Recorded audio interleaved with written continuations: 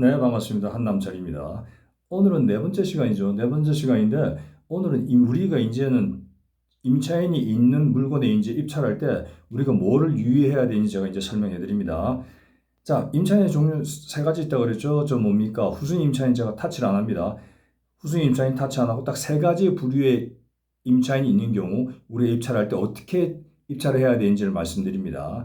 오늘은 배당 요구한 임차인에 대해서 말씀드려요. 다음 시간에는요.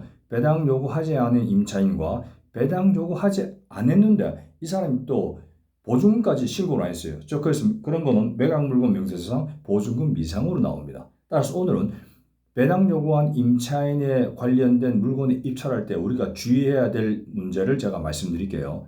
자, 선수의 대항력인 임차인은 우선 면제권이 있다고 그랬죠. 따라서 배당 요구를 하면 자기의 입찰 보증금 다 받아가죠. 법원에서 받아가든 낙찰자한테 받아가든 100%다 받아갈 수가 있습니다. 그런데 어떤 경우가 있냐면요. 우선 면제권이 있는 이 임차인보다 등기가 늦는데도 그 사람보다 먼저 받아가는 경우가 있어요. 이런 경우는 딱 두 가지 있습니다. 세금과 그러니까 체납세액이죠. 그 다음에 체불임금, 임금 이 두 가지는요. 이 두 가지 때문에 우리가 입찰자가 생각할 때 이 사람이 매각대금에서 다 받아가서 낙찰자가 인수할 보증금이 없다고 생각하고 입찰했는데 다 못 받아가는 경우가 발생함으로써 우리가 뭡니까? 다 받아가지 못한 일부에 대해서 우리가 보증금을 인수하는 그러한 경우가 생길 수 있기 때문에 그러한 경우에 대해서 제가 말씀드리는 거예요. 그러한 경우는 딱 두 가지밖에 없습니다. 첫째, 체납세, 그러니까 세금 문제, 그 다음에 임금, 체불임금 이 두 가지입니다. 먼저 세금에 대해서 제가 말씀드릴게요. 세금은 뭡니까? 세금이라는 것은요, 법정기일과 확정일자로 따집니다. 딱 그 전에 일단 말씀드릴게요. 옛날에는요, 이 세금에는 두 가지가 있다고 그랬죠. 당해세가 있고 일반조세. 당해세는 우리 지금 입찰하는 이 부동산에 부과된 세금이에요. 뭐 국세 쪽으로 보면은 뭐 일반적으로 상속세, 증여세, 종부세가 있죠. 그러나 지방세는 재산세가 있습니다. 그 나머지 굉장히 많은 세금들이 있을 거예요. 그거는 여러분들이 확인하시면 됩니다. 이게 일반적으로는 한 이렇게 상속세, 증여세, 종부세, 재산세 이 네 가지 정도가 있습니다. 이 일반 물건에 걸리는 세금이에요. 이 당해세라는 건요, 어떤 건가면요, 우선 변제권 있는 채권 중에서는 1등이에요. 따라서 당해세가 있으면은 등기와 관계없이 1등으로 배당을 받아가요. 따라서 이런 경우에는 우리가 입찰할 때 이 사람이 분명히 선순위 대항력이 있는 임차인이기 때문에 보증금을 다 받아간다고 생각했는데 이 사람보다 등기랑 관계없이 당해세가 먼저 받아가면은 다 못 받아가는 잔액 보증금이 남아있겠죠. 우리가 인수해야 되니까. 이것도 감안하셔야 돼요. 그렇기 때문에 당해세에서 말씀드리는 거예요. 여러분들이 많이 들었을 거예요. 당해세는요. 무조건 뭐 법정기에 이런 관계없이 무조건 1순위로 가져가요. 여기서 하나 또 포인트는요. 세금은요. 우리가 얘기할 때 배당 요구 일반 경매에서는요. 할 때 배당 요구 종결까지 배당 요구를 한다고 그랬죠. 근데 이 세금 문제는 배당 요구 종결까지 교부 청구라고 그래요. 교부 청구. 그러니까 배당 요구나 교부 청구 똑같은 말이에요. 근데 세금의 경우 교부 청구라고 그래요. 따라서 이 당해세라든지 세금이라든지 나중에 말한 임금 채권이라든지 이 사람들은요. 배당 요구를 필히해야 돼요. 배당 요구를 안 하면요. 배당을 못 받아가요. 암만 빨라도. 그렇지만 세금에 대해서는 예외가 있습니다.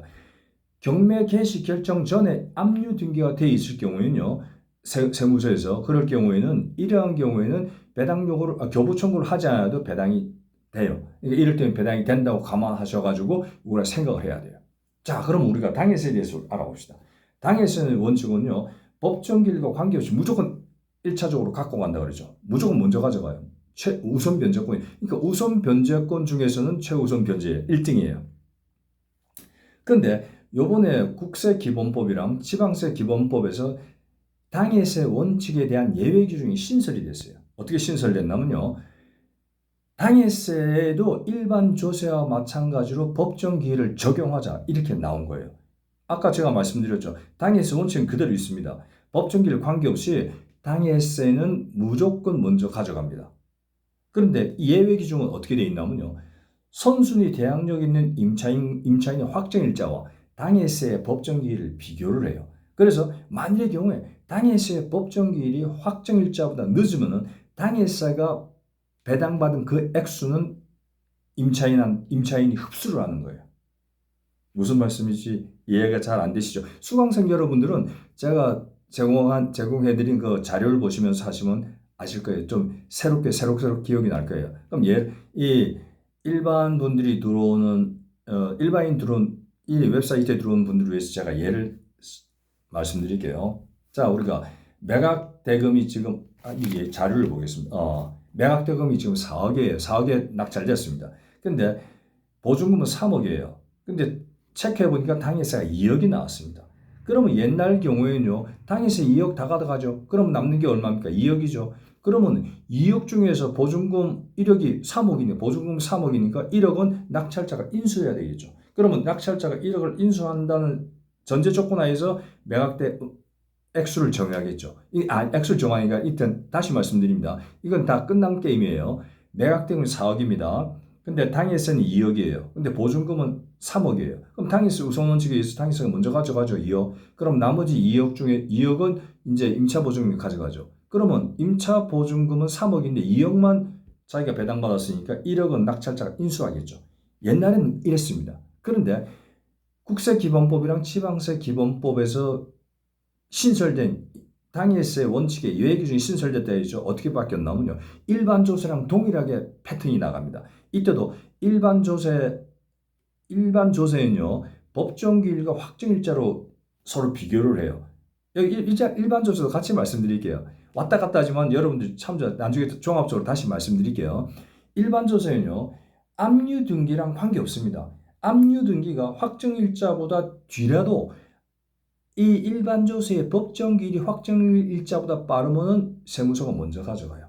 이러한 룰을 당해세 원칙의 예외 규정에 신설했습니다. 어떻게 해요? 자, 법정기일을 따져보자 이거예요. 딱 보니까 지금 2억 매각되면 4억이고 저 뭡니까? 당해세 2억이고 보증금 3억이죠. 근데 딱 따져보니까 확정일자가 이 당해세 법정기일보다 빨라요. 그럴 때는 이 당해세가 배당받은 2억이 임차인에게 흡수가 돼요. 임차인이 가져가게 됩니다. 따라서 이런 경우에는 임차인은 2억 중에 1억 자기가 가져가니까 3억 보증금 전부 다 배당받죠. 이럴 경우에는 낙찰자가 인수할 게 없죠.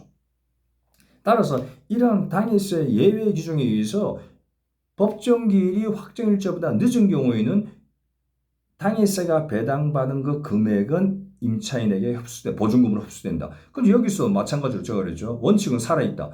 법정기일이 확정일자보다 빠르면은 원칙으로 돌아가요. 똑같이 임차보증금 1억은 낙찰자가 인수해야 되겠죠. 왜? 2억은 그대로 세무서에 가고 2억 남은 거 보증금 3억에서 2억 배당받으면 1억이 남으니까 1억은 낙찰자가 인수한다는 그러한 전제 조건을 인수하게 되는 거죠.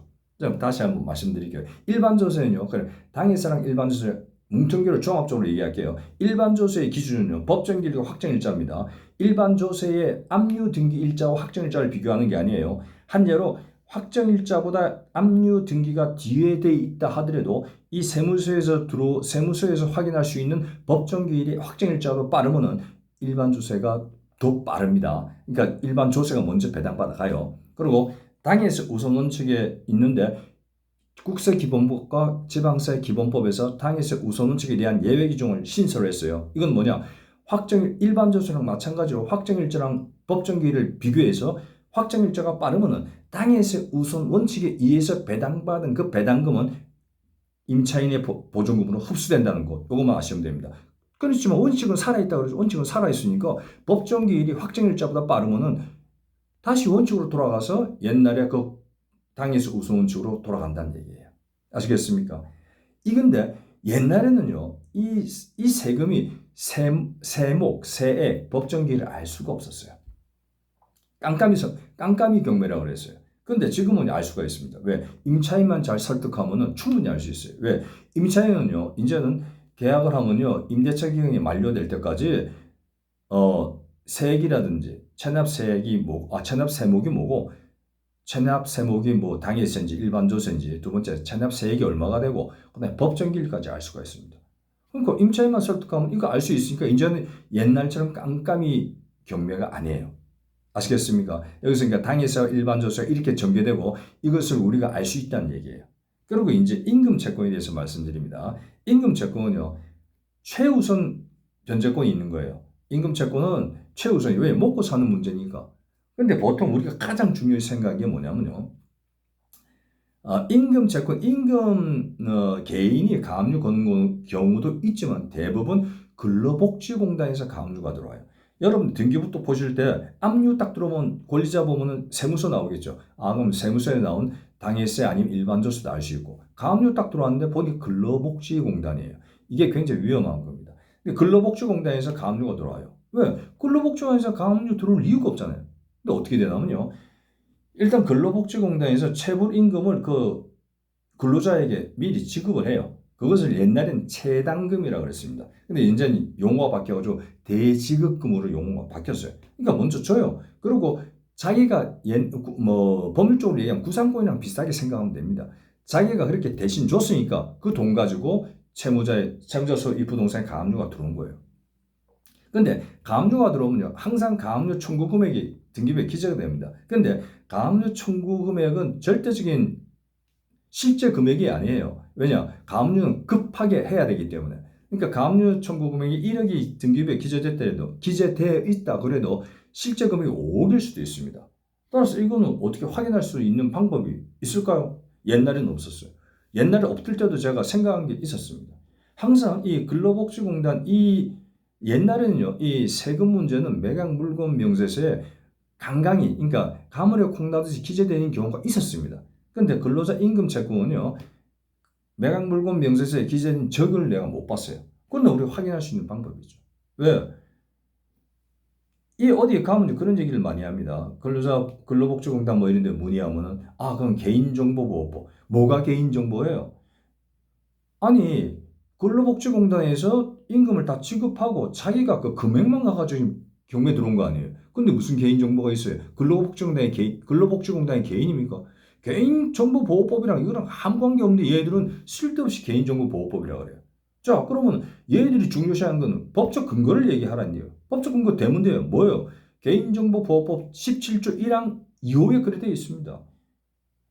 법률에 특별한 규정이 있을 때는 개인정보랑 관계없이 오픈하는 거예요. 개인정보의 예의를 규정한 거예요. 왜? 이거 금액 아니에요. 이게 각 근로자들에 대한 뭐 주민등록번호라든지 주소라든지 성명일 이게 안 나오잖아요. 근로복지공단에서 액션을 취한 거 아닙니까?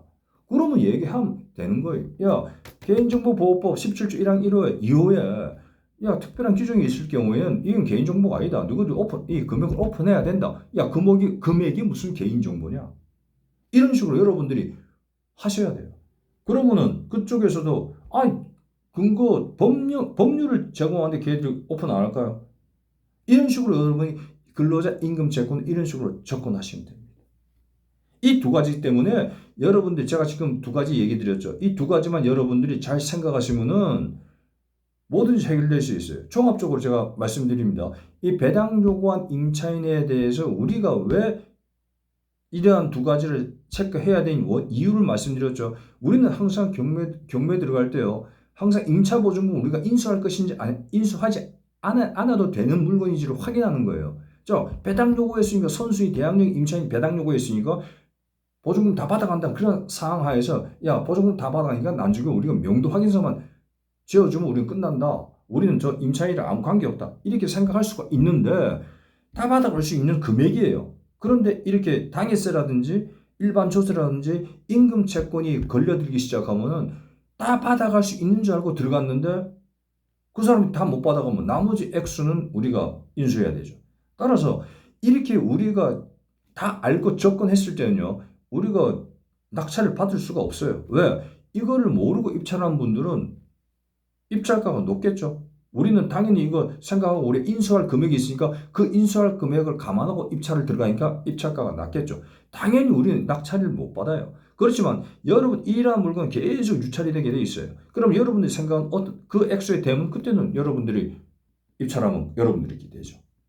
왜냐 이런 거 모르는 사람들은 이렇게 분석 안 하는 분들은요. 나중에 딱 세 가지 방법밖에 없어요. 세 가지만. 하나, 채권자 찾아가지고 경매 취하해달라고 애걸복걸 하든지 아니면 매각 불허가 결정을 신청하든 과연 이게 매각 물건 명세서에 기재도 안 된 사항이 과연 매각 물건 명세서상 중대한 하자에 해당하는지 안 하는지는 좀 모르겠습니다.